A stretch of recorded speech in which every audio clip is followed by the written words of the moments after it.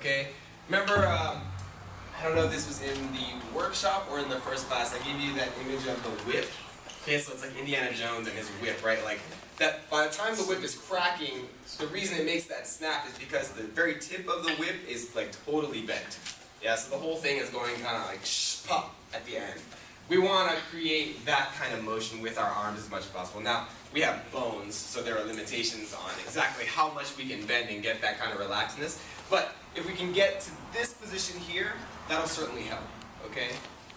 So can everyone do this? I know it looks weird, but this is about how much we want our elbows to be bent, okay? And again, it's very important that this, as much as possible, is pointing toward the center of the drum, okay? Okay, let's do it with our left arm, which is a little bit easier, okay? Nice and bent, and again, pointed toward the center of the drum, okay?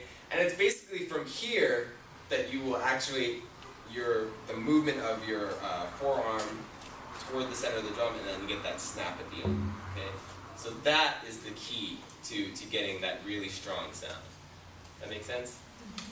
Okay, so like I said before, when we're doing these kind of busier hits, doko, doko, that can be just wrists for now. Okay, there is it's kind of a technique where you play with your arms too. We're not going to do that. Okay, so for now it can be just yours. But when you have time for these bigger hits, come all the way up here. Okay, get a nice bend here, bend here. That's it. Does that make sense? Hey. Okay, and then Kim, for you, I know you haven't been playing that long. Probably. Before I gave this image of like there's sort of like a glass plane that comes out of the drum, okay? And how should your palms be with respect to that plane? Facing each other. Facing each other, right? Always facing. So when you're hitting right now, and that's, you know, some kind of thing, and that's totally okay.